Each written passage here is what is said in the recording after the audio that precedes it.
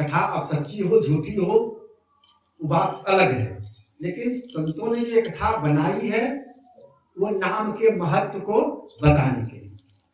वास्तव में नाम का इतना महत्व है, यदि आप उसको सुमरण करते हो, जाप करते हो, तो उसका प्रभाव है आप सीधे अमर लोक को जाओगे, अमर धाम को जाओगे।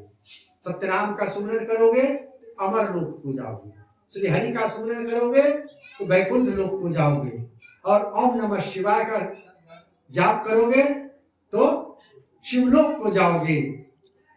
लेकिन सत्य नाम का जाप करोगे तो सतपुरुष परमात्मा आदि ब्रह्म अमर लोक निवासी सत्यलोक धाम को जाओगे। अब कहां जाना है निर्णय आपको करना है, किनको कहां जाना है इसका निर्णय आपको करना है कि वैकुंठ जाना है, कैलाश जाना है, ब्रह्मलोक जाना है कि ब्रह्मलोक जाना है, अमरपुर जाना है। अमरपुर ले चला हो सजना। अमरपुर, अमर मतलब जहां लोग, जहां कभी मरता नहीं है, जो अमर लोक है। यह जीव क्या है? अमर है।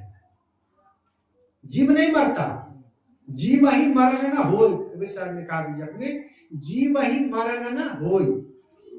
जीव का मरण नहीं होता है, मरण तो इस शरीर का होता है, मरण इस शरीर का होता है।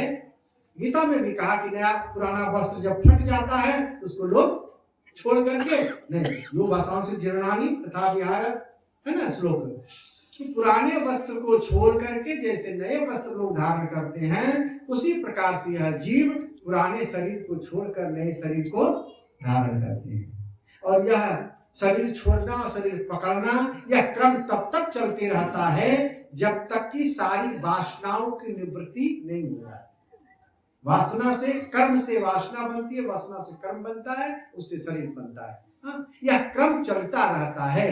लेकिन जब वासना रहित जीव हो जाता है, कब होता है? जब सद्गुरु के सानिध्य से आत्मबोध प्राप्त होता है, आत्मज्ञान प्राप्त होता है कि शुद्धोसी बुद्धोसी निरंजनोसी, मैं शुद्ध बुद्ध चैतन्य स्वरूप आत्मा हूं, परमात्मा का ही अंश हूं, परमात्मा का ही रूप हूं। जब तक मैं संसार में हूं, माया के प्रपंच में फंसा हुआ हूं, तब तक आवागमन लगा है। और जिस दिन मैं अपने आप को समझ लूंगा या समझ लेता है जो जीव कि मैं शुद्ध बुद्ध चैतन्य स्वरूप आत्मा हूं, कि संसारिक प्रपंच से हमें दूर जाना है, इसे छोड़ना है, एक एक करके सारे प्रपंच का त्याग करता है। एक एक निर्वार्य जो निर्वारी जाए, एक एक करके निवैरा करना चाहिए। काम, क्रोध, लोभ, मोह, अहंकार आदि जितने भी विकार हैं, उन सारे विकार को एक एक करके दूर करने का अभ्यास करना चाहिए और अपने शुद्ध आत्म चैतन्य स्वरूप में स्थित होना चाहिए। यही जीवन का परम लक्ष्य है। इसी की प्राप्ति के लिए, इसी की जानकारी के लिए समय समय पर संत महात्माओं का संग करना चाहिए, संतों के सानिध्य में बैठ करके सत्संग का श्रवण करना चाहिए। और मन में जो कोई ऐसी बातें उपज जाए प्रश्नोत्तर के रूप में, तो उसको भी संतों के सानिध्य में बैठ करके देखो। चार में होती है चर्चा, चार में क्या होती है? चर्चा। और दो में होता है ज्ञान। चार में चर्चा, चौराहे पर बैठ के जैसे अभी कर रहे हैं, या क्या कर रहे हैं? चर्चा कर रहे हैं। संत महापुरुषों की वाणी की चर्चा होगी। और ज्ञान जब लेना हो तो दो, श्रोता और वक्ता, गुरु और शिष्य। गुरु और शिष्य के बीच में बैठ करके वहां ज्ञान की चर्चा, ज्ञान कथन होता है।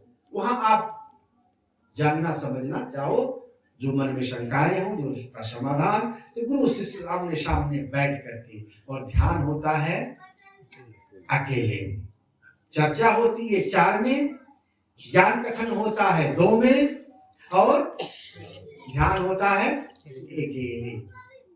ध्यान आत्मानि पश्यन्ते, एकांत में बैठ करके निर्जन, निर्जन मतलब जहां कोई व्यक्ति नहीं रहता, एकदम निर्जन निर्वन, एकदम शांत एकांत जगह में बैठ करके ध्यान करना चाहिए। ध्यान में हमारा एकदम सुरती शांत होनी चाहिए, दुनियादारी के सारे इसको छोड़ करके।